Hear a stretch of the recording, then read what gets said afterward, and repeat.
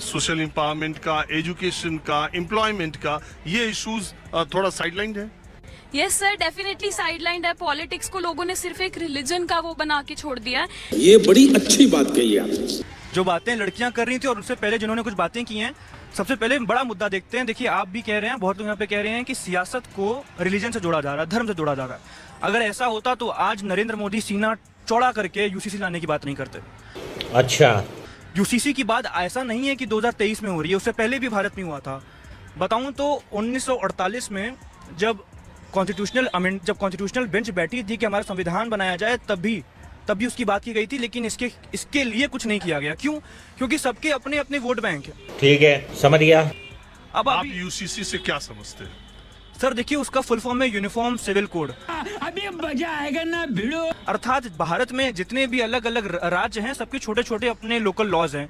जो personal laws हैं कुछ रिलीजन्स के, जैसे कि मुस्लिम्स के अपने पर्सनल लॉज हैं, हिंदू के अपने फैमिली लॉज हैं, तो उन सबको एक कर दिया जाएगा। पूरे भारत में जितने भी कानून हैं उनको एक बराबर कर दिया जाएगा। आप कहाँ के ज्ञानी बाबा? भारत के सब कानूनों को, भारत के सभी कानूनों को नहीं एक किया जाएगा, वो तो मुश्किल हो जाएगा, किंतु जो मेन कानून है, जैसे कि जो अलग अलग लोकल एक्ट्स हैं, उन सबको एक कर दिया जाएगा। जैसे कि सर मैं बताऊं तो जैसे उत्तर प्रदेश में जो उत्तर प्रदेश जमींदारी एक्ट है, उत्तराखंड में जो उत्तराखंड में भी खैर यूपी जडेलआरई चलता है, तो उन सबको एक कर दिया जाएगा ताकि कोई भी वकील कहीं भी प्रैक्टिस कर सके। जो लॉ की डिस्क्रिपेंसी है हर जगह, उसका मैं हिंदी अनुवाद नहीं जानता हूँ, उन सबको खत्म किया जाए। ये है यूसीसी। सर ये भी यूसीसी का एक पार्ट है। यूसीसी का एक दूसरा पार्ट ये भी है कि जो अलग अलग धर्म में जो चीजें होती हैं, फॉर एग्जांपल जो मुस्लिम लॉज अलग अलग हैं, उनको एक कर दिया जाए। क्या?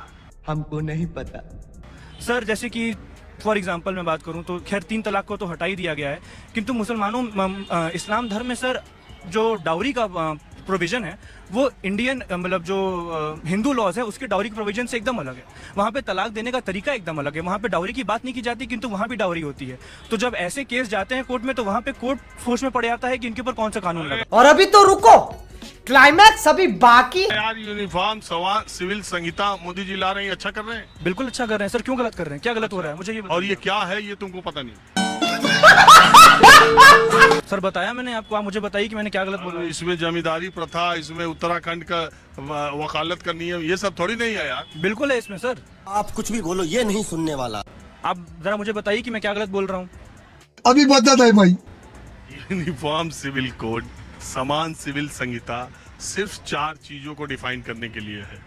ठीक है, किसी में मुद्दे पर अपनी राय बनाने से पहले उस विषय की जानकारी भी लेनी चाहिए। बात तो सही है। तो यूसीसी के बारे में मैं आपको बता दूं, ये किसी उत्तर प्रदेश की जमींदारी, किसी उत्तराखंड और किसी राज्यों के ये जमींदारी और राजस्व या किसी और चीजों से जुड़ा मसला नहीं है।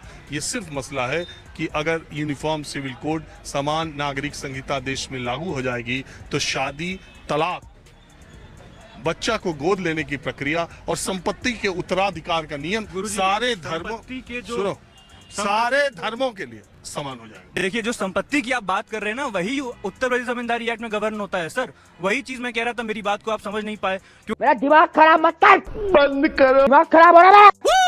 कच्चा बादाम मित्रों, कच्चा बादाम। अगर आपको वीडियो पसंद आता है तो लाइक, शेयर एंड सब्सक्राइब जरूर करें, और इस वीडियो के बारे में आपका क्या ख्याल है नीचे कमेंट बॉक्स में अपना राय जरूर रखें।